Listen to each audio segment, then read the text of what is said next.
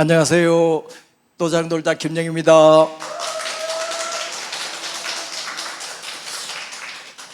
이번 시간 이해는 24강 치인사천, 사람과 하늘을 어떻게 섬겨하는가를 주제로 같이 공부해 보도록 하겠습니다. 우선 59장의 제목을 도를 지킴이라고 했는데 경문 한번 읽어보고 그것이 가지고 있는 현재적 의미를 살펴보도록 하겠습니다. 한번 읽어볼게요. 치인사천 막약색 부유색 시위조복 조복위지 중적덕 중적덕 즉 무불극 무불극 즉 막지기극 막지기극 가이유국 유국치모 가이 장구 시위 신근 고조 장생 구시지독.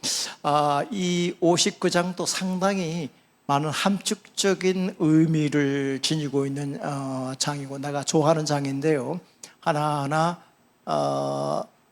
따져보도록 하겠습니다.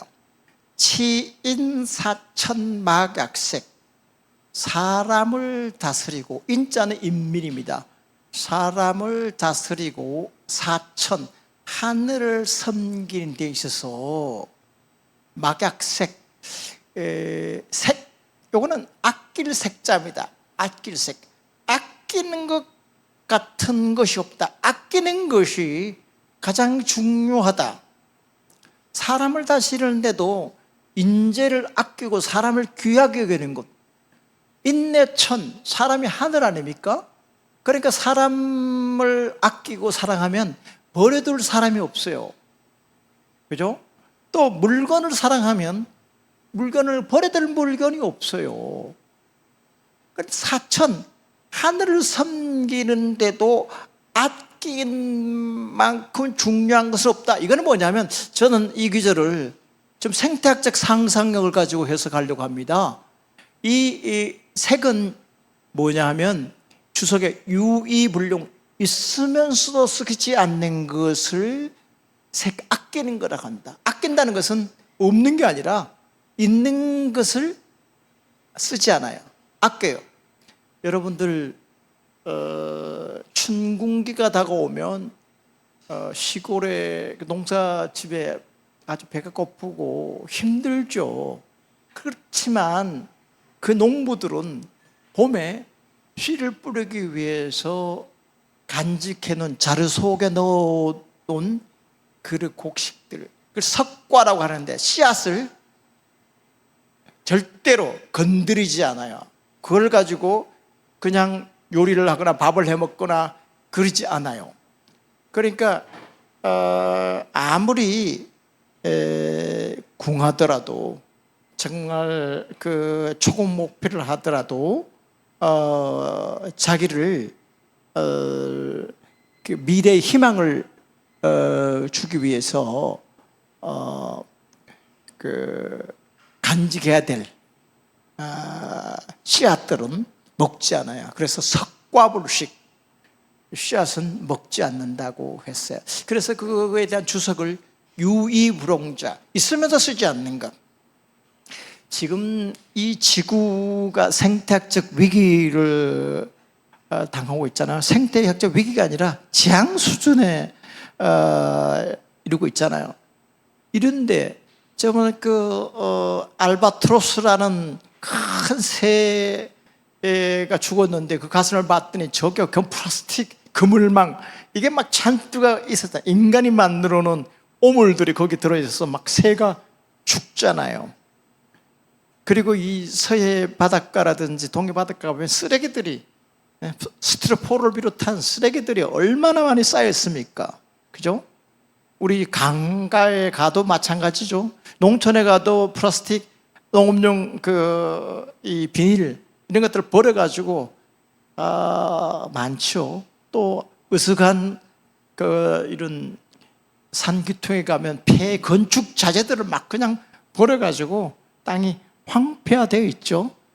지구를 너무 낭비하고 있습니다. 이렇게 아낄 줄 몰라요. 이 지구 환경을 가장 많이 훼손시킨 나라가 미국입니다. 미국. 대량 생산, 대량 소비해서 막 갖다 버리는 거예요. 쓰레기. 그래서 거지들은 살판 났어요. 왜냐하면 먹던 것도 그냥 막 버리니까 그냥 거기서 쓰레기통을 뒤져가지고 가난한 사람들이 먹고 살고 그렇게 하죠. 응? 낭비가 그렇게 심해요. 우리는 뭐 이렇게 분리수거하자면 재생하는 거 그냥 버릴 거 이렇게 분리해서 수거하지만 그게 분리수거 그냥 때려가지고 그냥 하는 거예요. 그 지구가 점점 그런 쓰레기 더미로 되고 있고 해수면도 점점 오염돼 있고 냄새가 나잖아요. 깨끗한 바다에 가면은 비릿한 냄새가 나지 않아요. 이번에 하와이에 큰 불이 났더라고요. 그런데 한 10몇 년 전인가요? 근데 하와이 갔더니 청정한 마우이 바닷가에 갔더니 냄새가 나지 않아요. 나는 바닷가에 비린내가 나는 게 정상이라고 생각했는데 바닷가에 비린내가 없어요. 오염되어 있을 때 냄새가 나는 겁니다. 오염되어 있지 않으면 냄새가 나지 않아요. 저 오염이 이렇게 되어 있는데 여기다가 일본 후쿠시마 핵발전소에 나는 폐기물을 버려요?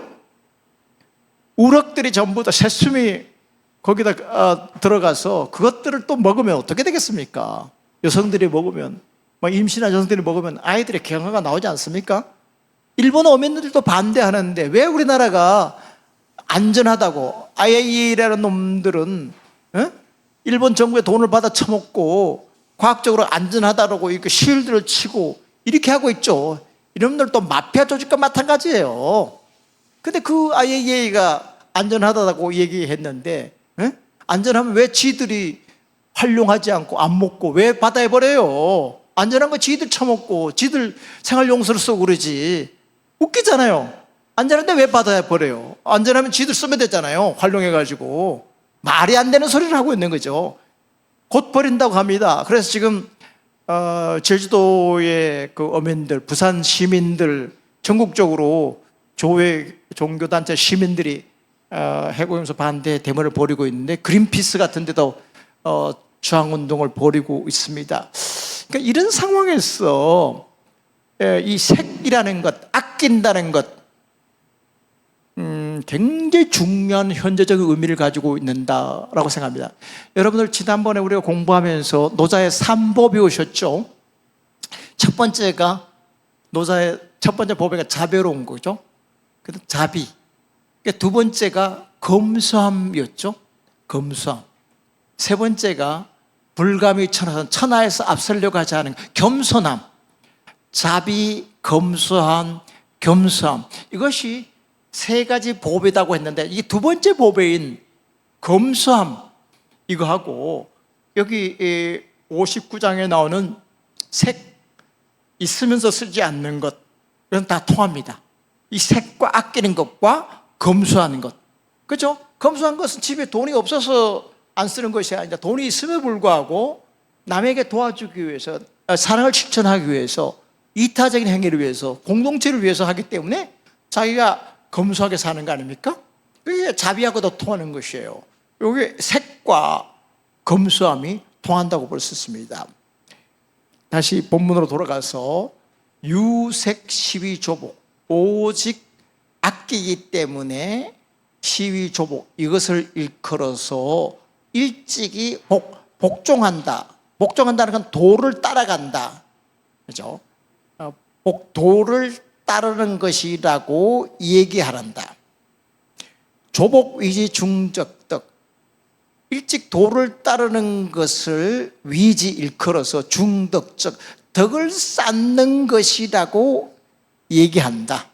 아껴가지고 자기가 아낀 걸 가지고 남을 베풀어 주는 거 아닙니까? 그죠? 아껴서 필요한 사람에게 주는 거예요. 자기가 조금 덜 먹고 저축해서 그것을 가지고 이 이타행 남을 사랑하기 때문에 그렇게 베풀어 주기 때문에 덕이 쌓이는 거죠. 중적덕적 무불극 적을 거듭 쌓기 때문에 무불극 되지 않는 일이 없다. 모든 것이 다 극복되고 풀려요. 무불극적 박지극 모든 것이 풀리지 않는 것이 없으면 막지극 그 끝을 모른다. 그 경지가 어느 정도의 경제가 될지를 모른다. 막지기국 가이유국 그 끝을 모를 정도로 평화롭고 안정되면 가이유국 저절로 그 나라가 있게 된다. 백성들이 모이게 되고 나라가 안정되게 되고 국가 형성될 수 있다. 덕을 쌓으면 사람들이 모여요. 아까도 주옥에 얘기했습니다만 적선지가 필요요 그거 아니에요? 선을 쌓는 데 반대 경사스러운 정치를 어지럽게 하게 되면 다른 나라에서 자꾸 이민 오려고 그래요. 이민 오려고 그래요. 저 나라에 가서 살았으면 좋겠다. 저 나라는 정치를 잘하니까 평화로우니까 복지가 되고 있으니까 인간의 존엄성이 넘치니까 정치가 어려우면 어떻게 해요? 도망가려고 하죠. 이 전쟁 위험이 있으면 자꾸 딴 나라로 도망가려고 그래요. 이민 가려고 그래요. 이런 나라 못 살겠다고 이렇게 하는 거 아닙니까? 덕이 있으면 사람들이 모여요. 유국지모 가이장구 나라에 모가 있으면 어머니가 있으면 여기 어머니는 도를 말합니다. 나라에 많은 사람들을 품어주는 도, 어머니 같은 그런 도가 있으면 가이 장구, 가이 그 나라가 장구 오래 유지될 수 있다. 어머니의 마음, 사랑하는 마음 이것이 그 나라의 기틀이 되면 오래 갈 수 있어요. 시위 심근고조 이것을 일컬어서 심근 깊은 뿌리 고저 단단한 밑둥이라고 얘기한다. 심근고저 뿌리가 깊고 밑둥이 견고한다고 얘기하는데 장생구지지도 이것을 일컬어서 오래 살고 오래 가는 것이라고 얘기할 수 있다. 장생구시의 도 오래 살고 멀리 바라보는 장구한 계획이 있는 도라고 얘기한다. 나는 이 기절을 보면서 여러분들이 고등학교 때 배웠던 용비어천가 생각나나요? 뿌리 깊은 나무 보셨나요? 이렇게 뿌리 깊은 나무가 바로 심근 아니에요? 심근 깊은 나무. 제가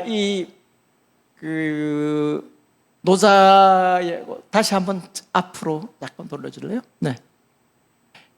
이 기절을 보면서 용비어천가가 생각났어요. 용비어천가의 1장 2절인데 요거 앞에 게 1장이고요. 요게 2장인데 물희 깊은 담간 바람에 아니 멜세 꽃 좋고 여름 하나니 이렇게 돼 있죠. 이게 이제 한문으로 하면 어떻게 되냐면 근심지목 풍력보롤 근심 뿌리가 깊은 나무는 풍력보로 바람이 또한 불어도 불올 움직이지 아니하고 이런 뜻입니다. 뿌리 깊은 남간 바람이 아니 멜세 꽃 좋고 여름 하나니 꽃 좋고 여름 하나는 것은 유작기와 그 꽃이 활짝 피고 유분기실 그 열매가 잘 열리는 것이니 이런 뜻입니다. 그 다음에는 샘이 깊은 물은 가말에 아니 그칠세 내히 이르 발아래 가라니 샘이 깊은 물 깊은 샘에서 나오는 물이라는 거죠. 깊은 물은 가뭄에 아니 그칠세 내히 이르 그 네 천자죠. 내가 이르러서 바다에 가라니 요거는 그 밑에 있습니다. 원원지수 근원이 먼 물은 한역 불갈 가뭄에도 또한 불갈 목마를 갈자 갈수기 하는 거죠. 또한 그치지 아니하니 유사위천 흐름이 곧 위천 내가 되어서 우해 필달 바다에 반드시 이르게 된다 이 말이죠. 그러니까 이 한문으로 된 근심지목 풍력불을 유작기와 유분기실의 이것을 아주 우리 한글을 창제하고 난 뒤에 처음으로 만든 시가가 악장이에요. 악장. 한글로 처음으로 시를 지어보는 게 악장입니다. 근데 용비어천가, 뿌리 깊은 난간 바람에 아니 멜소에 꽃쳤고 여름 하나 이렇게 돼 있고, 그 다음에 이제 원원지수 풍력불갈 유사비천 우회 필달, 이것을 샘이 깊은 물은 가말에 아니 그칠세 내히 이르 발 아래 가라니, 이렇게 했는데 이 그 운도 참 잘 맞고 내용도 깊어서 여기 지금 우리 김은도 PD가 보여주듯이 저 드라마로 나와 있는 거 봤습니까? 뿌리 깊은 나무. 뿌리 깊은 나무. 저 배우 이름이 누구더라? 아주 이렇게 이 드라마가 인기를 많이 끌었습니다. 이만큼 이 용비어천가에 나인 귀절이 사람들에게 많은 영향을 주고 인상을 주기 때문에 드라마 제목도 뿌리 깊은 나무라고 이렇게 했고, 여기 오른쪽에 있는 그 잡지, 여성 잡지인데요, 샘이 깊은 물 이라는 잡지가 나왔습니다. 옛날에 이 샘이 깊은 물이라는 그 잡지도 그 뿌리 깊은 나무라는 남성 잡지하고 이렇게 짝을 이루어가지고 내오는 잡지인데, 이게 1970, 80년대 상당히 그 인기가 있는, 품격 있는 그런 잡지였어요. 그래서 그 잡지 제목을 이렇게 샘이 깊은 물, 뿌리 깊은 나무 이렇게도 하고 영화 제목으로도 삼았는데, 상당히 재밌게 우리 고전을 현대적으로 잘 활용한 사례가 아닌가 이렇게 생각됩니다. 노자의 심근고조, 깊은 뿌리, 견고한 밑둥이라고 하는 것을 이렇게 또 용비어천가에서는 뿌리 깊은 나무, 샘 깊은 물로 이렇게 바꿔놓은 게 상당히 재미가 있어서 여러분들에게 소개해 줬습니다. 여기에서는 특히 제가 강조하고 있는 시인사천, 사람을 다스리고 하늘을 섬기는데 아껴야 된다. 사람도 인재를 아껴야 되고 백성을 아껴야 되고 사랑해야 되고, 사천, 이 물자, 하늘이 준 그 자연 환경, 공기, 물, 이 꽃과 나무 이런 것들을 좀 아껴야 된다. 너무 낭비가 심하다. 이렇게 하다 보니까 지구가 황폐화되고 온난화되고 결안돼서 여름에는 폭우가 쏟아지고 겨울엔 또 춥고, 그죠? 숨 쉴 수 없을 정도 공기가 혼탁하고 물이 더럽고. 여러분들 물을 우리가 언제부터 사 먹었습니까? 그죠? 물은 옛날에 우리가 어릴 때 되면요, 겨울에서 지게 지고 가서 물찌개 지고 가서 그냥 떠가지고 그냥 먹었습니다. 모래로 다 정화되어 나오기 때문에. 근데 요새는 물을 사 먹어요. 물을 사 먹는 게 당연하게 생각해요. 그죠? 이 물이라는 게 그냥 자연이 그냥 주는 건데 인간이 오염을 시켜놨기 때문에 물을 사 먹는 시대. 조금 있으면요, 곧 공기도 사 먹을 거예요. 공기도 튜브로 해가지고 공기도 사 먹고 산소 탱크를 집에 가다 놓고 살 거예요. 하도 오염이 돼가지고 그렇게 될 겁니다. 그만큼 자연을 아껴야 된다는 것을 여기서 생태학적 상상력을 가지고 59장을 한번 읽어볼 필요가 있겠다, 이런 생각을 했습니다. 그러면 60장으로 넘어갈까요? 조심스럽게 다스림.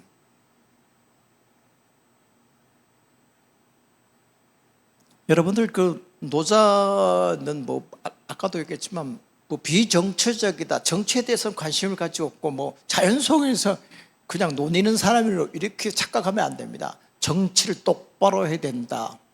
사람들의 민심을 거르죠. 물 흐르듯이 자연스럽게 해야 된다. 여기 또 정치에 대해서 얘기하고 있어요. 60장은 조심스럽게 다스려야 된다. 누구처럼 거칠게 다스리지 않고 노자는 조심스럽게 다스려야 된다고 했습니다. 한번 읽어볼게요. 치대국 약팽소손 이도리 천하 계기불신 비기기불신 기신불상인 비귀신 불상인 성인욕 불상인 부양 불상상 고덕 교기언 치대국 큰 나라를 다스릴 때는 약팽소손 조그만 생선을 여기는 요리할 팽자입니다. 굽는다. 작은 생선을 굽는 것 같이 해라. 그런데 여기 치대국 할 때 대구가 꼭 큰 나라를 말하는 거 아니에요. 대한민국 할 때 그냥 한국을 아름답게 하기 위해서 대한민국, 우리나라가 뭐 중국만큼 큽니까? 뭐 일본보다 더 적잖아요. 미국보다는 더 말할 것도 없고. 그래도 우리 대한민국이라고 하는 거는 그냥 접두사로서 아름다운 미칭이에요. 그러니까 나라를 다스릴 때는 이런 뜻입니다. 나라를 다스릴 때는 작은 생선을 요리하듯이 굽듯이 해라. 이건 뭐냐면 여러분 작은 생선을 이제 구울 때 젓가락으로 자꾸 이렇게 뒤집으면 어떻게 돼요? 생선이 으스러져서 먹을 게 없잖아요. 그죠? 조심스럽게 여기 살짝 굽고 살짝 뒤집고서 이렇게 먹을 수 있게 작은 생선이 으스러서 씹을 게 없게 이렇게 막 으스러지지 않아요. 그런데 그 옛날에 성왕이 백성을 다스릴 때 약보적자 어린아이를 보호하듯이 나라 백성을 다스려야 된다고 했어요. 어린아이를 껴안아 보세요. 어린아이를 안으면 좀 세게 껴안으면 어린아이가 좀 그냥 부서질까 봐 걱정이 되고 좀 놓으면 물 떨어질까 봐 아주 말랑말랑한데 아이를 참 안기가 굉장히 어려워요. 그죠? 어느 정도로 이렇게 엄마는 다 알아요. 어느 정도 세게 안아야 되는 거 아니에요. 우리가 앉지 않다가 하려면 너무 세게 하면 애가 아프다고 웃고 그렇다고 느슨하게 놓으면 애가 떨어지고 말이죠. 그러니까 굉장히 조심스럽게 어린아이를 안듯이 백성들을 조심스럽게 다스려라 이런 말이 약보적자란 말이 있듯이 여기서 나라를 다스릴 때도 작은 생선 굽듯이 조심스럽게 다스려야 된다. 그래서 다산정영 선생도 법을 수행할 때는 지멋대로 이연령 비연령 검찰 지멋대로 지친한 놈 다 봐주고 적대자들은 그냥 끝까지 먼지 털기 수사해가지고 하지 말고 흠제하라. 흠흠심서라는 책이 있어요. 여러분 다산정영 선생의 1표 2서가 있는데 경세유표, 흠흠심서, 목민심서. 목민심서 들어보셨죠? 목민관들이 관리해야 될 알. 그 다음에 경세유표는 나라를 어떻게 다스리는가 방치. 흠흠심서는 법률에 관한 책입니다. 법률에 관한 책 제목을 흠흠심서를, 흠이라는 것은 조심할 흠자예요. 조심하고 조심해서 법률을 시행해야 된다 이런 뜻입니다. 함부로 아니 사법고시 패스했다고 해서 지가 검사를 해서 지멋대로 지 아는 놈들 다 봐주고 검찰 패밀리 다 봐주고 자기하고 미운 사람들은 그냥 먼지 털지 수사하고 그냥 멸문지화를 만들고 이렇게 하지 말라는 거예요. 다산 선생이 흠제라 조심해서 하라 이 말이에요. 그 나라를 다스릴 때도 생선 굽듯이 조심스럽게 해야 된다. 이 도리천하 도로서 천하에 나가게 되면 기기불신 그 귀신도 불신 신자는 그 별신자와 같아요. 그 귀신도 자기 신통력을 부리지 못한다. 도로서 정도로 이렇게 나가면 귀신이 신통력을 부리지 못해요. 요사스러운 행동을 못해요. 마을에 옛날 마을에 향교에 어른이 있고 정도를 갖는 그런 사람이 있으면 무당들이 와가지고 굿을 못해요. 함부로 사기치거나 이 집에 애군이 끼었는데 굿을 해야지 이 애기 날아간다고 하니까 사기쳐가 돈 뜯어가고 뭐 이렇게 하잖아요. 근데 그 마을에 훌륭한 지도자가 있으면요 그런 사람을 쫓아내요. 우리 선친이 그랬답니다. 우리 선친이 제가 살고 있는 마을이 경상북도 의성군 비안면 도락리 안빈락도 하는 선비들이 하는 집안인데 그 무당들이 와가지고 거기에 여성들을 모아놓고 푸닥거리 해야 된다. 이 집에는 애기 끼어 있으니까 애가 저기 병이 들 것 같다고 그렇게 하고, 이 집에는 사업이 실패할 것. 그래서 돈을 뜯고 구슬하고 있어요. 그래서 아버지가 지게짝대기를 가져가가지고 이 무당이, 이게 사기치는 무당이 여기 와서 우리 동네 망친다고 해가지고 그냥 쫓아냈다는 거 아닙니까? 아니, 선비 집안이니까 어디 삿된 귀신이 와가지고 우리 동네를 이렇게 분탕질하냐고 이렇게 해서 했다고 합니다. 우리 이왕 자랑하는 김에 우리 집안 자랑 하나 할까요? 우리 할아버지가 좀 도랑리라고 향교가 있고 육아에 가풍 있는 집안인데 땅을 좀 가지고 있었어요. 그런데 이제 그 마을에 천수답이 되어서 비가 골고루 오면 벼가 잘 되는데 비가 오지 않으면 전부 다 모를 심을 수가 없어요. 벼를 심을 수가 없어요. 그래서 의논을 하는 결과 그 중간에 저수지를 만들자. 그 저수지를 만들자 하니까 저수지가 넓어야 되잖아요. 근데 저수지 가운데 있는 땅이 우리 할아버지가 있는 땅이 제일 많았어요. 그리고 할아버지가 우리 땅 내놓을 테니까 저수지 만들자. 힘은 이 동네 사람들이 동원하고 나 땅은 내놓는다. 그래서 거기서 땅을 파가지고 꽤 오랫동안 파서 저수지를 만들었습니다. 그래서 나는 몰랐어요. 저수지를 만들었는지도 몰랐는데 우리가 그 마을에 떠나고 난 뒤에 한 30-40년 뒤에 그 마을에서 좀 잘 살게 되니까 새마을 운동하면서 거기 공덕비를 세운다는 거예요.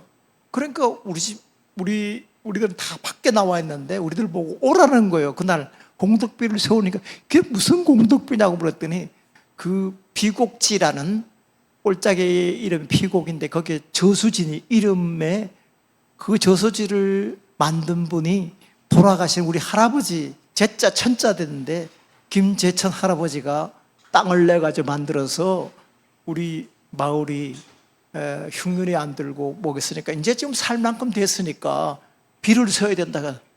그래서 우리가 또 형님하고 또 이 타월에다가 다 감사도 잔뜩 트렁크에다 실어가지고 갔지 않습니까? 가가지고 다 나눠주고 이렇게 했지 않습니까? 그래서 내가 우리 안사람하고 고향 마을에 가서 자랑을 했습니다. 우리 집이 물론 당신 집은 천주교에 박해받는 집안이지만 우리 집은 육아의 선비 집안인데 우리 집안의 가훈이 아까 말한 적선지가 필요경이에요. 선을 쌓는 집은 반드시 경사스러운 일이 있다. 그것을 가훈으로 할아버지가 남겨두고 갔어요, 사실은. 그래서 우리 잊어버리고 있었는데 한 40-50년 지난 뒤에 다시 비를 세워놔서 그런데 사진을 찍어 가져왔습니다. 이게 가보로 가려고. 사실은 그런 그 노력들, 그런 것들이 있기 때문에 오늘날 우리들이 좀 반듯하게 사는 거 아닌가. 귀신들이 함부로 정도로 걷지 않으면, 귀신들이 와서 가모니서를 끼고 꿰면 넘어가게 돼 있어요. 자기 나름대로 종교, 신념, 철학 이게 있으면 흔들리지 않아요. 여기서 그렇게 말했잖아요. 도로서 천하를 다스리게 되면 귀신이 신통력을 부지 않아요. 비기기불신 귀신불상인, 그 귀신이 신통력을 부리지 않을 뿐만 아니라 귀신불산인, 그 귀신이 사람을 상하게 할 수도 없다. 비귀신불상인 성인역불상인, 그 귀신이 사람을 상하게 할 수 없을 뿐만 아니라 성인역불상인, 성인도 또한 불상인, 사람을 상하게 할 수 없는 것이다. 부양불상상, 그 둘은 귀신과 성인이죠. 그 귀신과 성인이 불상상 서로 상하게 할 수가 없는 까닭에 상하게 한다는 건 사람을 상하게 한다는 거죠. 귀신이나 성인이나 사람을 상하게 할 수 없는 까닭에 고로 덕교기원, 덕이 서로 바른 대로 제자리로 돌아오게 된다, 이런 말이죠. 나라를 다스릴 때는 조심스럽게 다스려야 되고 도로 다스리게 되면 삿된 귀신들이 설치거나 해코지 하거나 그러지는 못한다라는 것을 얘기하고 있습니다. 그러면 마지막 61장으로 넘어가도록 할까요? 61장은 역시 노자의 철학 가운데 하나인 겸손함에 대해서 얘기하고 있네요. 겸손하고 낮은 자세라고 내가 제목을 정했습니다.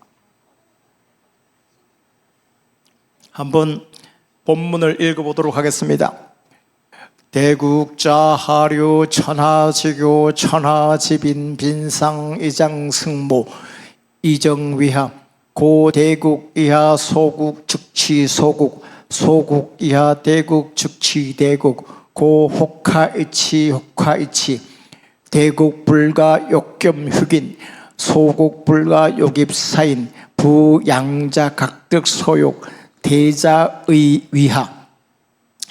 대국자하류, 대국 큰 나라는 아래로 흘러서 이 큰 나라는 강과 바다처럼 자꾸 아래로 흘러가서 이 말이죠.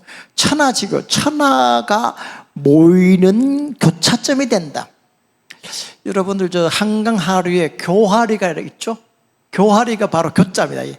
이 한강의 하류가 모이는 곳, 교하리, 임진강, 한강이 모이는 게 교하리가 아닙니까? 파주 있는데 모이는 곳입니다. 여기 남한강, 북한강 보는 것이 두물머리라는 데가 있죠. 이 두물머리가 합치는 것이 두물머리 아닙니까? 그죠? 큰 나라는 흘러서 아래로 흘러서 천하의 모이는 자리가, 큰 나라는 겸손해가, 천자들이 겸손해가지고 자기를 낮추기 때문에 자기를 과덕진, 덕이 부족한 사람이다, 자기는 외로운 사람이다, 자기를 겸손하게 자기를 칭할 때도 그렇게 하죠. 불곡, 자기를 열매 맺지 못하는 불선한 사람이다 이렇게 낮춰요. 그렇기 때문에 천하의 사람들이 자꾸 그쪽으로 가야 돼. 그 나라 가면은 평안없다, 그 나라 가면 간섭이 없다더라, 그 나라 가면 전쟁이 없다더라 이렇게 해서 모이는 거죠. 천하지빈, 마치 천하의 빈자는 여성성입니다. 천하를 품는 모성과 같다. 저 아이들이 보통 옛날에는 6남매, 8남매 키웠는데 저녁이 되면 전부 다 엄마 품으로 들어오죠.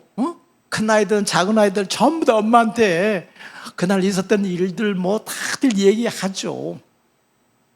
그 큰 나라 그래요. 작은 나라들이 다 모이는 거예요. 그 어머니처럼 천하의 어머니가 되어서 빈상이정승모, 그 어머니는, 모성은 늘 정승모, 그 고요함으로 어머니의 그 평정한 부드러운 마음을 가지고 승모, 거친 남성성, 거친 아이들을, 남자아이들, 아들내미들의 거친 것들도 다 품어준다 이 말이에요. 이정위하, 그 어머니는 그 고요함으로 위하, 자기를 겸하, 자기를 낮춘다. 어머니는 너희들 먼저 먹어라, 너희들 좋은 거 가져라, 그래 남는 건 내가 할게, 전부 다 너희들 먼저, 자식들 먼저, 이렇게 하는 거야. 겸하, 고요함으로 항상 기다리고 인내하고 그러면서 겸하, 낮추는 거예요. 이런 이치로 고천하, 고대국 이하 소국, 그 큰 나라는 이하 대소국, 겸하함으로써 소국, 이 소국을 대하고, 이걸 이제 설명을 해줄게요. 큰 나라는 이하, 겸하한 자세로 소국을 대하고, 즉치소국, 그렇게 함으로써 소국을 얻게 되고, 큰 나라가 자기를 낮춰요. 낮춤으로써 속을 얻게 돼요. 이건 좀 이따 예를 들어서 설명을 해야지 이해될 거예요. 그 반대로 소국 이하 대국, 작은 나라는 이렇게 겸허한 태도, 겸손한 태도로 대국을 대함으로써 이치 천하, 이치 대국, 대국을 얻는다. 이거 무슨 소리냐면 대국이야 소국이라는 것은 큰 나라는 자기를 아까 어머니처럼 자기를 낮춤으로써 부드럽고 낮춤으로 고요함으로써 소국의 존경, 4대 공물, 예교 이런 거를 받아요. 그래서 즉해서 소국을 자기의 제국가로 만들어요. 이 당나라 당제국일 때 우리나라 신라는 제국, 이건 당나라는 천자국이고 제후는 신라국은 제후국이에요. 그러니까 우리 신라시대 때 부르던 창기파랑가라도 이런 것을 향가라고 하잖아요. 왜 향가라고 해요? 중국의 당나라의 시는 경가예요. 서울의 노래예요. 서울의 노래. 서울의 노래니까 당시는 서울의 노래 경가이고 신라 제후에서 부르던 노래이기 때문에 향가입니다. 향가. 여러분 경향각지라는 말 듣죠? 경향신문도 있죠. 서울과 지방 이런 뜻이 아닙니까? 그런 뜻입니다. 그러니까 이 신라는 어떻겠습니까? 철마다 대국 당나라의 사신을 보내서 예의를 표시하죠. 그러면은 이 당나라에서 여러 가지 조공을 바친다는 거예요. 조공을 바치면 이 당나라가 또 그 반대에 필요한 달력을 비롯한 여러 가지 그 보물들을 또 그 받는 것 이상으로 줍니다. 대국은 여러분들 뭐 조공회고 했다고 해서 우리가 갖다 바치는 것이 더 많고 받는 게 적은 걸 알죠. 천하에 대국은 대국답게 받는 것보다 더 많은 걸 줍니다. 그리고 전란이 일어났을 때에 보호를 해줍니다. 조선과 명나라의 관계가 4대 외교의 관계였죠. 일본이 침략했을 때 어떻게 했습니까? 명나라에서 원군을 와가지고 자기 제국이 침략을 당했으니까 그걸 보호해야 된다고 해서 원군을 보냈지 않습니까? 큰 나라는 그런 책무가 있는 거예요. 그런데 그 반대로 소국이야 되고, 소국은 작은 나라로서 겸한 태도로서 큰 나라를 섬겨서 큰 나라의 보호를 얻는다는 거예요. 큰 나라. 천하 질서가 그런 거예요. 호카이치. 어떤 경우는 겸하해서 자기를 낮춰서 작은 나라를 얻고, 호카이치. 어떤 나라는 그 작은 나라를 말합니다. 작은 나라는 겸하함으로써 취하인 큰 나라로부터 보호를 받는다. 보호받는 걸 취한다는. 큰 나라는 겸한 태도. 큰 나라지만 함부로 군사력으로 지배하는 게 아니라 외교관계로, 조공 외교를 통해 가지고 그 나라의 천하의 평화를 위해서 작은 나라를 보호해주고, 작은 나라는 큰 나라고 힘으로 대결하면 어떻게 돼요? 망하기밖에 더 합니까? 그러니까 그때 작은 나라는 어떻게 할 수 없는 외교관계, 조공 외교를 하는 거죠. 그 당시에 중세의 질서예요. 그 외교예요. 조공 외교를 하면서 자기 나라가 보호를 받는 거예요. 그 얘기입니다. 대국 불가 욕겸 흑인. 큰 나라는 불가 욕겸 흑인. 큰 나라는 겸흑인, 겸해서, 요 겸자는 겸선천하, 천하를 두루 다 선하게 하겠다는 마음을 가지고서 흑인, 다른 나라를 잘 기르고 잘 육성하고, 소국 불가 욕입 사임, 작은 나라는 불가 욕입 사임, 이 사인, 천하의 질서 속에 들어가서, 입자는 들어가서 사인, 큰 나라를 섬기는 것이다. 작은 나라는 큰 나라를 천하 질서 속에 들어가서 큰 나라를 섬기는 것이고, 큰 나라는 겸하해서 천하를 평화롭게 하기 위해서 작은 나라를 다 그대로 인정해서 천하의 평화를 유지해 간다는 거예요. 부양자 각득소요. 무릇 그 두 나라는 큰 나라든 작은 나라든 각득소욕, 각기 그 바라는 바를 얻는다. 큰 나라는 평화를, 천하의 천하의 평화를 얻는 것이고, 작은 나라는 조공 외교를 함으로써 자기 나라가 멸망되는 것, 없어지는 것을 막는 거죠. 그런 국익을 얻는 거예요.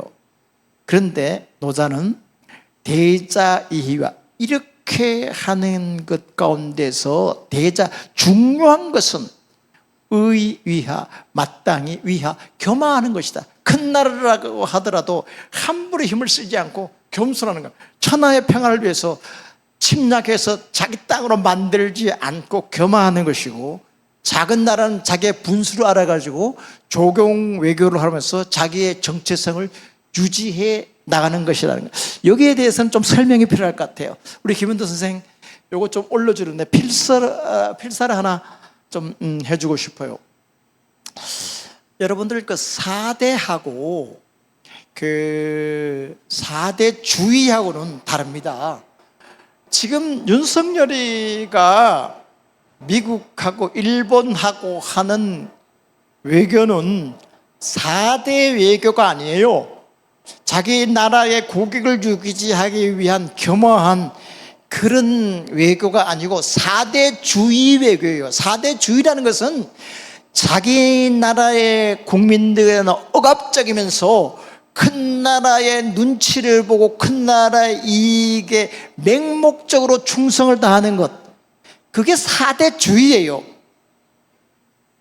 그런데 이 4대 주의하고 4대가 다르다고 지금 얘기했지만, 원래 이 4대 외교라는 것은 자기 국채를 유지하기 위해서 하는 방법이에요. 맹자에 이런 말이 나요.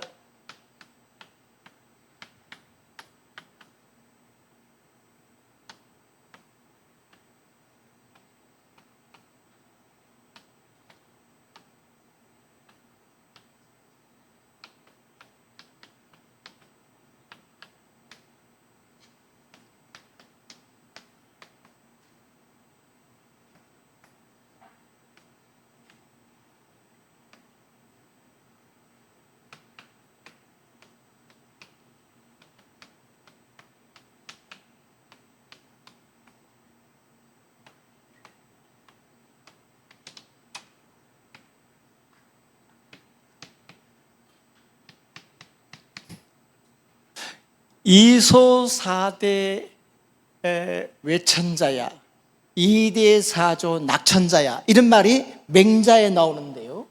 이게 무슨 뜻인가 하면요, 이소 4대, 이 소자는 작은 나라입니까? 작은 나라로서, 소국으로서, 작은 나라로서 4대, 큰 나라를 이렇게 섬길 사자예요. 일사자가 아니라 섬기다. 작은 나라로서 큰 나라를 섬기는 것은 외천자의 천하의 질서를 왜 두려워해서이다. 작은 나라가 큰 나라하고 맞짱해서 싸우면 어떻게 돼요? 멸망하게 밖에 더 합니까? 작은 나라는 외교를 잘해야 됩니다. 외교를. 큰 나라가 맞짱 붙어가지고 정면 승부를 벌이면 망하게 밖에 더 합니까? 예의를 바치는 거예요. 조공 외교를 하는 거예요. 그러면서 보호를 받는 거예요. 어려울 때. 작은 나라가 큰 나라를 섬기는 것은 천하의 질서를 두려워서 그래요. 정면 승부를 벌이면 망하게 밖에 더 하지 않습니까? 그러니까 이소 4대 외교를 해요. 4대 외교. 이게 중세의 외교의 하나의 방법입니다. 중세의 외교. 중세의 외교는 이렇게 해야 돼요. 우리 근대에 와서 독립국가 되면은 자주적인 외교를 해야 되지만, 중세의 천하질서 속에서는 그렇게 해야 돼요. 그런데 2대 4소, 그렇게 되면 어떻게 돼요? 이거로 끝나는 게 아니라 큰 나라로서 작은 나라를 섬겨요. 아까 얘기했지만 겸하, 자기를 낮추는 걸 말해요. 겸하. 큰 나라로서 작은 나라를 섬겨. 큰 나라를 섬긴다는 것은 이건 보호한다는 걸 말해요. 보호. 흉년이 들면 먹을 것을 주고, 외침을 당하면 원병을 보내가지고 막아주고, 이렇게 하는 거예요. 큰 나라로서 작은 나라를 섬겨요. 섬기는 것은 낙천자야. 천하의 평화를 말합니다. 천하의 평화.